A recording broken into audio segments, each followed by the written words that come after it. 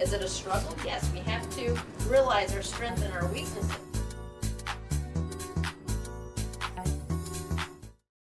Hi, and welcome to Why Not? And I'm your host, Janice. We're here today helping others to reach their goals by interviewing inspiring guests on interesting topics to get you where you need to go. Well, today's topic is getting financially sound for investors. Normally we do for regular consumers, but today is for the investors and the wannabe investors.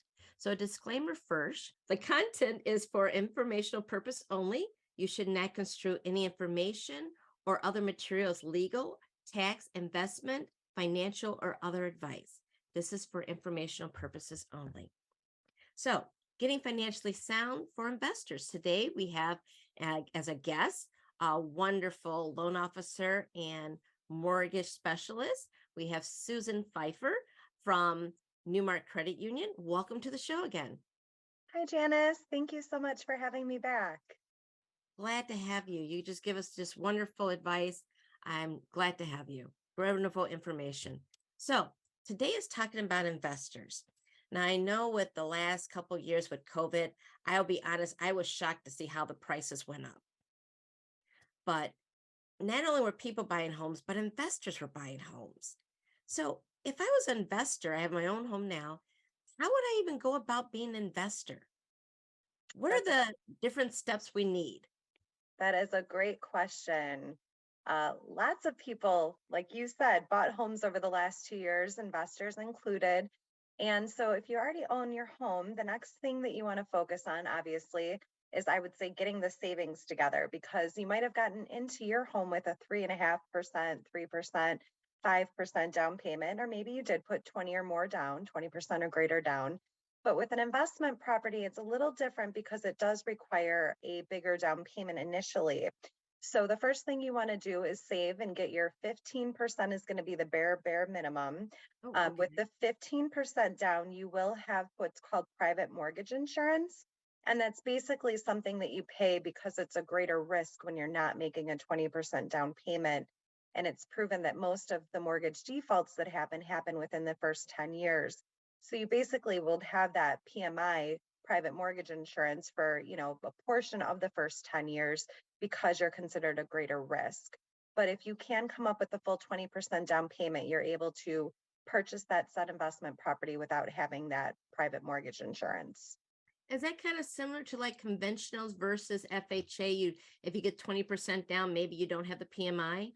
That is correct. That's exactly what it is. And to be honest, there's not a lot of private mortgage insurance companies that will insure on investment properties. We Oh, do have at least one that we work with that will let you get in with as little as 15% down. But many lenders out there are going to tell you something different and tell you need at least 20% down. They may not have the means to work with that said, private mortgage insurance provider. So some places will require 20% down, but you can get in with as little as 15% down being an investor. is that because the 20%? Because if you're an investor, you already own your own home. You might be more likely to possibly walk away since you don't live there anyway. If you're losing money, if you put in less, is that why you think the risk that they could just walk away maybe?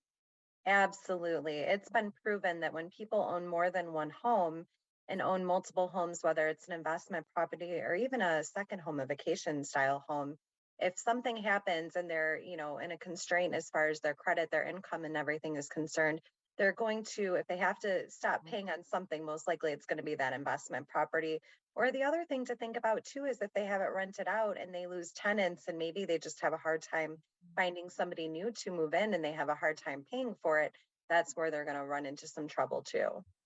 Right. Or you're paying on hoping that tenant's going to make the rent payment every month, and that's your mortgage payment. If they don't pay you for several months or 6 months, then you're going to start being upside down on your payments in a sense. Exactly. That's unfortunately, that is what happens sometimes. So when you're looking to buy an investment property, not only do you have to have that 15% or 20% savings, but there's something additional that the lender's going to look for, and that's called reserves. And what reserves basically are, it's going to be your principal, your interest, your taxes, your insurance. And then if you have a condo or townhome, you may also have an HOA fee that Hmm. you're paying monthly or quarterly to the association. So we're Right. going to see what that total payment is going to be. And you need to have 6 months worth of that payment saved up in an account. 6 months? 6 months Six worth. And months? yes, and that needs to be in addition to that down payment. So you need 6 months plus the 20% down. So they're making sure that you are definitely financially sound before they loan you money. That is so true. Now, the good thing about the reserves, though, that does not have to be liquid. So, talking a Oh, little bit about your down payment, where that can come from, you can pull that down payment from a retirement account if you have it, from a savings account if you have it. You could even tap into the equity of your primary residence and maybe do a home equity line of credit and use that for the down payment for the purchase of the investment property. There's many different things that you can do. so wait a second. So we can use our home equity line. So we, in a sense, aren't we borrowing money to go borrow money? That is exactly what you're doing. But as long as you can prove that you have the ability to repay that, you certainly can do that. Okay. Now, does that play in a factor too? Like when you're doing an investor and you're personally doing your first one, do they they're going to take, or do they take all your existing bills you have now too, plus including your current home plus that, and you have to qualify based on that, on your income? That's a great, great question, Janice. So it's a multi-answer to that question, though. The Okay. first part would be yes, they do take all your debts into consideration. They're going to look at that. Will they consider that future rent that you're going to be receiving from that said property? Yes, they will consider that. But in certain cases, they won't. In a situation where they wouldn't is, let's just say, because I've had this happen before, where somebody wants to buy their first property as an investment property. Maybe they live at home with mom and dad and they have a great setup and they don't want to leave the house, but they want to own some investment properties. That's okay Hmm. for them to do too. But in that case, we would not use any rental income. They have to qualify based on their own income and show that they can support that mortgage payment without any incoming rent. Okay. So let me get that straight. So you have, in that case, then you'll be qualifying them like they were living in the house, even though they weren't, because they don't have actual living expenses themselves. That is absolutely correct. So if you do not own a home, you have to Mhm. qualify with it almost as if you would be living in the home. And if you already own a home, then that's when they will, take that rental income into consideration. Okay. Now, do banks look at it look at you differently if it's your first one versus your 20th home? I would say I think they do, to be honest with you. There's no rule that says you have to own, multiple to be looked at a little bit different. However, what they will do then is somebody that's an established investor, they have on their tax returns a Schedule E that's going to then basically declare to the government that rental income that they're getting. And all lenders need to base the credit decision off of what that Schedule E income looks like. One common thing that we find with investors, and this could be for a purchase or a refinance of investment property, they will come in and they will say, I have 3 units rented out and I get $1,500 a month on each unit. And then we get the tax returns. And then when we see those tax returns, rather than reporting that $1,500 a month income that we're receiving, they're reporting a loss and making it look like they're not receiving the income, or maybe they've had repairs expenses that have kind of offset that income. Well, we don't get to count it off that $1,500 a month in that case. We have to use the income that you report to the government after all your write-offs and adjustments. Oh, wow. So them trying to fidge the numbers in sense that's going to hurt them. Right. Mm. Exactly. Yeah, So you go by what the IRS says, which is a safe method, and you know it's at least the most factual you're going to get, at least based on they were supposed to be telling the truth, filling out those forms instead of what the person tells you. exactly. That's definitely going to be the method that's going to have the risk assessed the best way. Correct. Now, how would that affect if that's your first home? I obviously you don't have a Schedule E. Do Yes. you Now look that's a at Does the lender look at the property and the appraisal and what the income's supposed to be generated? Does that play a factor? Or just the person's credit and their reserves, and down payment? That's a great question. So, as long as the said person, like I said, is not somebody that doesn't own another property, because if they don't own anything else, then we can't count any income. But if they own their primary residence and now they're buying their second property, we will base it off of what that appraisal will say the future rent will be. So, the appraiser is going to go out and look at comparable homes and figure out, okay, these are the comparables. This home is renting for 1200, this is for 15, and maybe there's 3 to 6 comparables. They will kind of average out what the income is, and that's what we can consider. Okay. Now, we've been talking predominantly like if you're going to buy investment property and rent them out. But how do you deal with investors that might want to rehab, remodel, and I hate to say the word, but flip to sell it again? Is that the Definitely. same method? It can be. So it depends. And I see different cases with that. So sometimes what people will do is they will come in and they will buy the property cash if they have cash, or they have maybe a line of credit on their existing home, and they purchase the cash, or purchase the home with cash, I should say, and then they can use the line of credit to make those improvements. Once you have done that, then if there isn't a mortgage on it, you definitely could do what's called a cash out refinance to kind of replenish your cash that you might have used for repairing, to repair and improve that property before you sell it. There's definitely renovation loans out there as well that you can get to make those improvements. And then you're going to have to get contractor's license. There's going to be a little more work in it for you if you go a route like that. But there's certainly great programs out there that are available to you if you choose to do something that way. But it's kind of, there's many different ways you can do it. If you're able to get a mortgage on the property, you get the mortgage to secure the property. And then you could either use your own savings to fix up and repair the property, or maybe again, a line of credit, depending on what kind of down payment you're able to make on the property. You might even be able to purchase it, then get like a line of credit on that property and use that line of credit on that property for some improvements too before you would sell it then. Now, is it a negative if I mean, it's a blessing if you can buy a home today and rehab it, close on it, rehab it, and sell it and flip it again in 6 months. But that's an opening a mortgage and closing a mortgage in 6 months. Does that hurt your credit? That's a great question. So it's really, your credit will go down anytime you take out a new loan, whether it's going to be an installment loan, a mortgage loan. Your credit will basically go down a little bit while they make that determination of the risk assessment. Was this a good risk? How is this applicant going to pay for the Mhm. next 6 months? So that's all determined when they're kind of viewing what your credit will do after you take out a mortgage. Now, if you're going to pay off the mortgage, as long as you don't miss any payments or anything, I would say it's not going to negatively, hurt you if you were to do something like that. I think you would be okay. Now, if you miss payments or something, that's obviously where you're going to run into some trouble. But if you were just to purchase it, make your payments on it, do the flip, sell it, pay it off early, most of those loans don't have what's called a prepayment penalty. But I Mhm. would tell consumers to be wary of that and make sure they are asking the right questions and find out that they're not getting into a mortgage with a prepayment penalty, so that when they do make those improvements, flip the property and sell it, they're able to pay it off without that penalty. Okay. And then them in 6 months again, getting another loan. That's what I was wondering. Would that hurt their credit buying the loan in 6 months? Would it bounce back enough that they could still able to get an okay interest rate probably, or is their credit rating going to go down? Because then they're I also like, suppose they're using their credit cards to pay for the repairs. I'm wondering just how does that affect the bank's point of view? Because now they're a seasoned investor. Yes, that's a great question.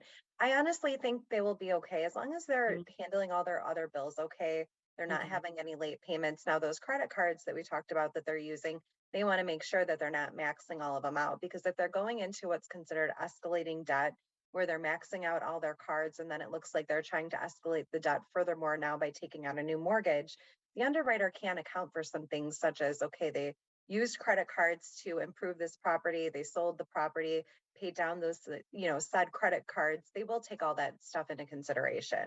So there are ways to kind of look at it and look a little more detailed, if you will, as far as that ability to repay. And that would all be considered.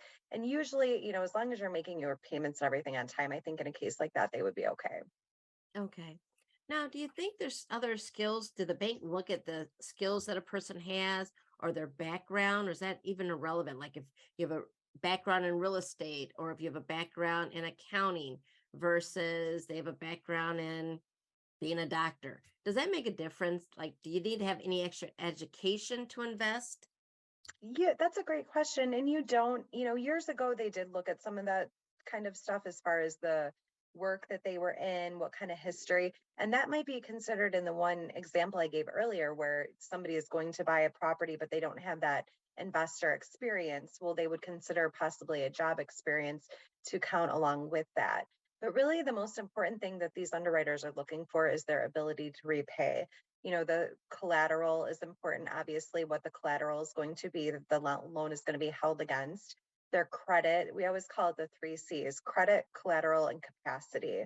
So, collateral being the property, credit being how they monitor their bills, how they pay their bills, and how they're able to handle their finances, and capacity being the means that they have to repay the debt. Their income that they have coming in versus what they have outgoing. So those are going to be the three main components that they're going to look at for approving you for an investment property. Okay. Now, are interest rates typically higher for investors? Great question. And they are. I would say you Mm. still can get an investment property today, and get into a really good interest rate, but the rate will be factored and it's going to be a little bit higher. I would say you're probably going to be looking at anywhere between a point to maybe a point and a quarter higher than what your rate would be if you're buying a primary Mhm. residence, is what you should account for. And then the other thing too, we mentioned that you could buy with as little as 15% to 20% down. The more money you put down, though, that's going to get you the better interest rate. So if you Mhm. can make a substantial down payment, such as 40% down, for instance, that's going to give you the very best interest rate, the least amount of fees, if you will, because that's something that's kind of changed over the last few years with these rates increasing. Now, people, when they go to buy investment properties, they're having to pay something called points that they weren't having to do previously when the rates were so low. So, points are basically going to be a percentage of what your loan amount is, and you Mhm. might have to just pay 1% of whatever that loan amount is if you're putting maybe 30% down. But if you put 40% down, you might be able to avoid paying those points altogether. Now, with that, with paying down the points and the investment part, um, does it make a difference even what type of house you buy? Like if you buy a condo or a home or a piece of land, does it make a difference with the investment part? If what type of house? It does. That's a great question. One thing I always tell my clients with condos, you want to talk to the association, because there are some associations, they will not allow rentals. So that is going to be a big thing with a condo. You're going to have a hard time getting an investment loan on a property if we find out that you can't let a renter come in there. So that's super important to ask about that. When you look at multi units, so anything under a 4 unit is considered residential. When you get to be 5 units, six plus, that's going to be commercial, different kind of loan. It's going to be a whole different process, require a different amount for the down payment. But typically you can buy a 1 to a 2 unit property with the same down payment. Whereas if you're looking at a 3 to a 4 unit, it is going to require a larger down payment. That's where you're going to be looking at more like the 30% to possibly 35% down payment minimum. Oh, okay. Yeah, that's a good thing to remind people with the condos because as an appraiser, I know not all condos allow rentals or there's a cap. So if you buy property and they're already at the cap, you have to wait. And then some condos will have restrictions that you have to live there yourself for at least maybe a year before you can rent it. So now you have a condo that you purchase and you can't do anything with besides That, just selling it. that's true. That is very true. And another thing to kind of bring up here, another way that people acquire investment properties is turning that primary residence into an investment property. So sometimes you decide that the home that you're living in, you want to purchase a new home. So what you could look at doing too is if you decide you're going to move into a new home, you could actually convert that primary residence that you currently own into an investment property and then buy a new property for yourself to live in. And then you're only going to be looking at maybe a 5% down payment minimum. Of course, you can put more down.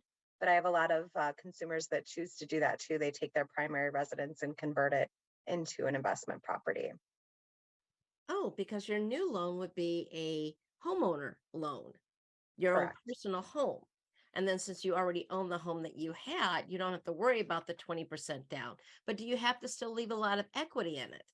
That's a great question.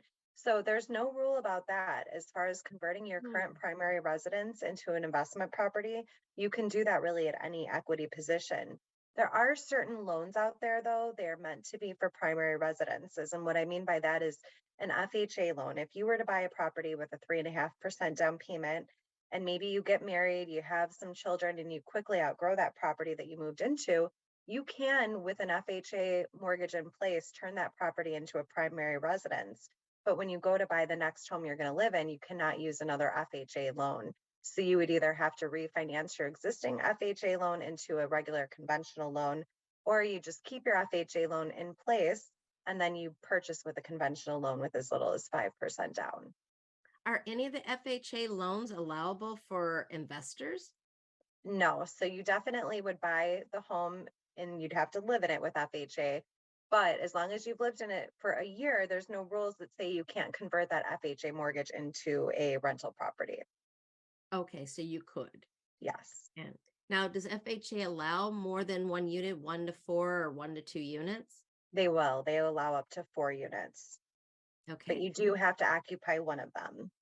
Okay. So if someone wanted to even start as an investor, they can get an FHA loan, like for a 4 unit building, to give a start as an investor. Absolutely. They sure can. I have a lot of people that do it that way to start off. And, then you get into a property and your mortgage is being paid for by your renters. So that's a great opportunity. But again, then you do still have to qualify for everything on your own. And we kind of forget about that incoming rental income that you'll be receiving once we see that you can support the mortgage on your own without that income. Okay, because they're living there, they would have to qualify on their own. And even if there was 3 other units, that would not count. That's correct. It would just count when they're moved in and they need that money to pay the rent. Mortgage. Exactly, because we know it's putting them, in a good position. If they can afford it on their own, if they end up losing a tenant, they're not gonna miss a beat. They're gonna be able to continue making that mortgage payment. And that's actually not a bad way to start as investor either. Your first unit you buy, you're probably starting off fresh, you're young, a small apartment, and then have 3 other apartments or 2 other apartments to help you with the mortgage. Once you get the family move out, then the whole building can be converted to an income property. Definitely. That's how many investors get started, to be honest. A lot of them get started that way. Okay. Now, even with condos, now I know some people prefer condos because condos, you don't have to worry about the exterior. So if you're going to rehab or rent, at least you don't have to worry about the siding or the roof. Are there advantages of that too? Oh, absolutely. Definitely. With a condo, you can, pick up a property. And that might be an ideal position for somebody that maybe they just, there's certainly many circumstances where somebody doesn't want to have to worry about a mortgage. Whereas if you buy a condo, it's, a perfect fit for a single person or a Mm. small family. So there can be great opportunities. Some clients that I work with only look for condos. So, of course, they're asking those questions to the association. They're having their realtor make sure they're checking all that stuff out and vetting the property. But I have many investors that look just strictly for condos for that purpose because it can be a great opportunity. Now we have a few more minutes left. Since the interest rates are starting to go up, and the market is changing. Properties are going down in some areas, some are still rising. Do loan officers, banks, mortgage credit unions, do they focus on that or are they more skeptical about lending during this time period? I would say that they are, they're more cautious on lending during this time period because right now, let's face it, we are in an unknown time period. We haven't seen times like this before. The rates are still historically low. They're still really great if you look at, even 30, 40-year time period, the interest rates are still very low. But I will say that when you're in uncharted territory and the lenders don't really know what the future holds as far as the market, is the market going to go up? Is the market going to go down? They are going to be a little more cautious on the lending. And it's, to protect not only, of course, themselves, but to protect the consumer as well. They don't want to see their consumer get into a situation that they are going to struggle and, not be able to sustain the payment. And investors also need to do their education to prepare for that period because they don't want to lose money either. That's correct. Absolutely. So that's why that 6 month of seasoning to have the savings account set up with the reserves is so important. They want to know that that's set. That way, if you do run into a situation that you weren't planning on running into, you're prepared adequately to encounter that.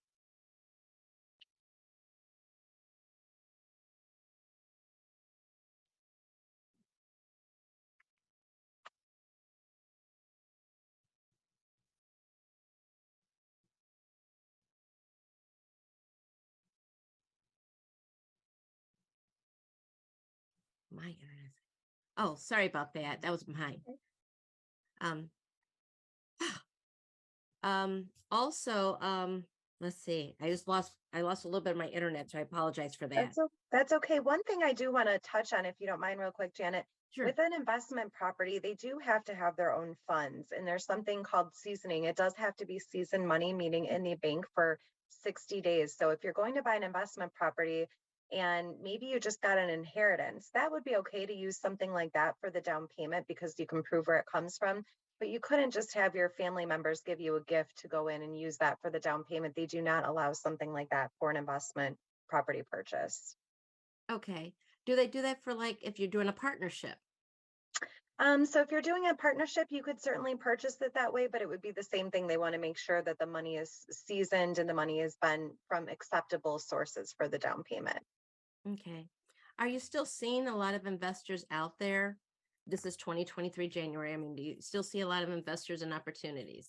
I do. And I have a lot of investors right now that are getting their finances ready. I think a lot of investors think that the market could change here in the next year to two, and there might be some great opportunity out there. So I Mhm. have a lot of investors that are kind of gearing up for that opportunity, trying to make sure that their debts are paid off, that they have as much cash available. So when opportunities do present themselves, they're in a good place to jump on it. Oh, good. That's good. I mean, do they think like foreclosures are going to come? I know I've seen that in the different news articles that a lot of people way overpaid. They were paying 50, $80,000 over list price. And now are those people going to be upside down with now the inflationary period going? Other expenses are getting more expensive.